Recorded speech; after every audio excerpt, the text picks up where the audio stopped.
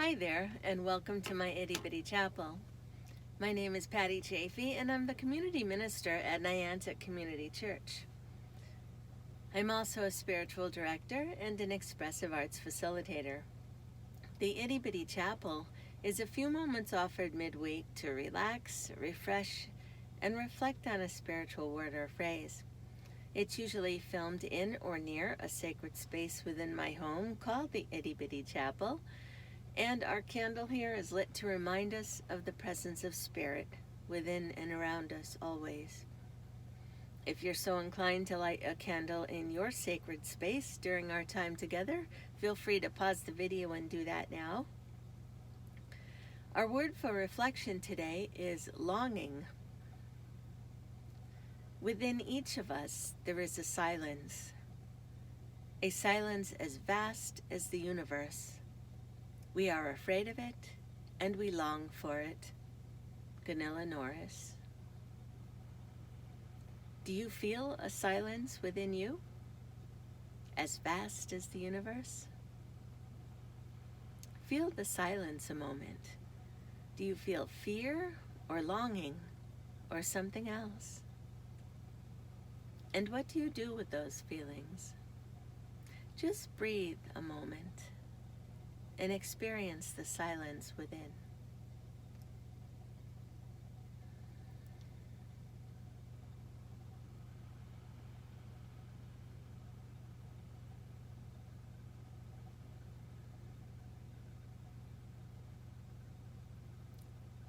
I never thought about longing for silence, but at times I think that is true. And I think perhaps I fear it subconsciously. When I don't make time for it, when I allow too much noise, when I do things to block the awareness, when I don't make the choice to be still and quiet and to hear God. I'm not sure what I might be afraid of. In fact, hesitancy to grow too close to God, as much as we long for that relationship, is just part of the human condition. You know, we have that hesitancy. We want to grow close to God, but we have that hesitancy. It's just part of who we are, I think.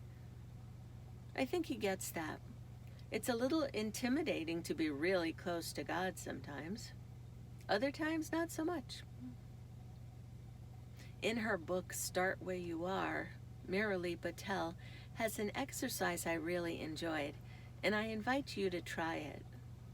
It's kind of like that, what would you take if you were stranded on a desert island thing. She asks this question: if you could own only 4 possessions for the rest of your life, what would they be? Draw them and journal about why you chose them. Do your items help you understand the struggle with silence? Or maybe bring you into a place of comfort with it? Just notice what comes up for you. You can pause the video and do that now. Be spontaneous, don't overthink it, and see what comes up. I'll be here when you're done. Just restart the video to see what 4 items I drew and wrote about.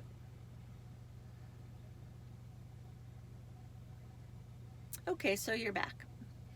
My 4 items I couldn't live without gravitated toward the soul rather than human existence, like food and water. I will assume if we are to live the rest of our life, food and water are a given. And even as I wrote that, I thought, see, we are so quick to take sustenance for granted.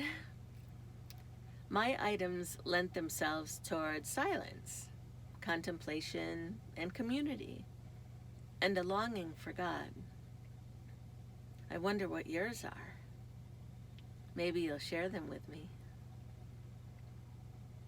So here are mine. Number 1, my very special Good News Bible, right here, that I bought about 35 years ago on a trip to Martha's Vineyard. It's very special to me and probably my oldest Bible. And I thought I would choose that item because it guides and inspires me. Number 2, an endless pile of these college ruled composition books for me to journal in, along with packages of clear blue ink Bic pens and plenty of colored pencils.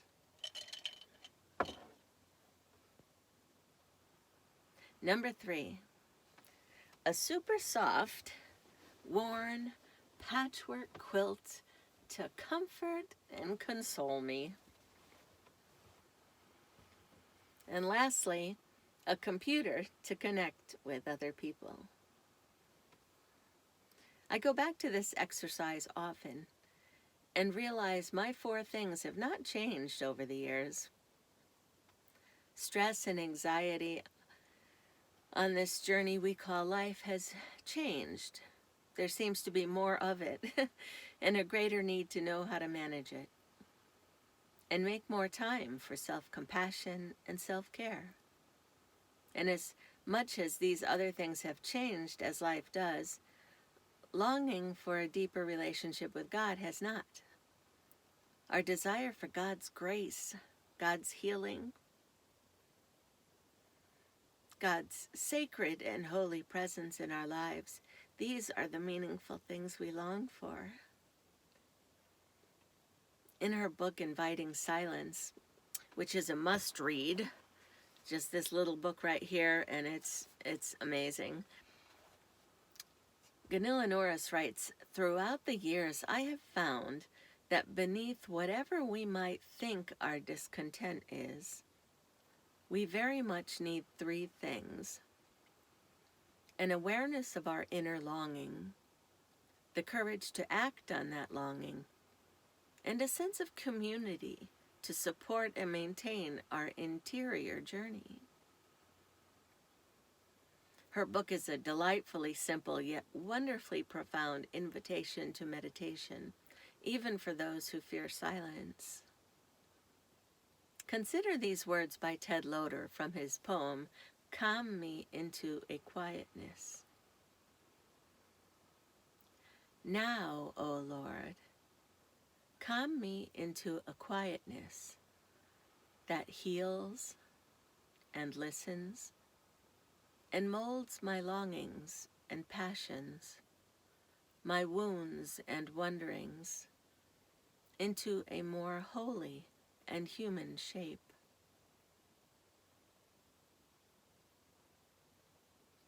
I'll read that again for you. Now, O Lord, calm me into a quietness that heals and listens and molds my longings and passions, my wounds and wonderings, into a more holy and human shape. I keep you in prayer every day of this journey we call life. And if this message spoke to you in some way, feel free to share it with others. And until next time, may God bless you and fulfill your longings in every way you need. Namaste.